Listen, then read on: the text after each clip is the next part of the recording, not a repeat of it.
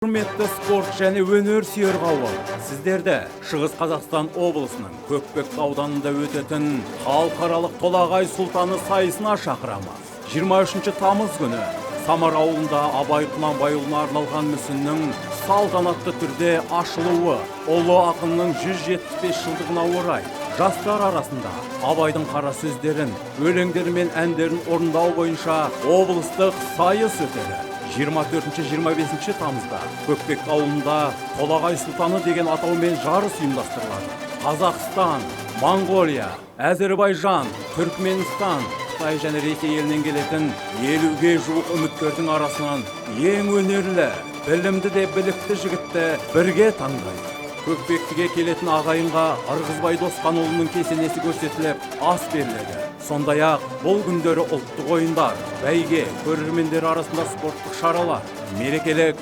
гала-концерт өтеді. Толағай сұлтаны сайысының бас жүлдесі автокөлік. 23-25 тамыз аралығында Көкпекті ауданында жүздесей, спорт және өнер сүйер қауым.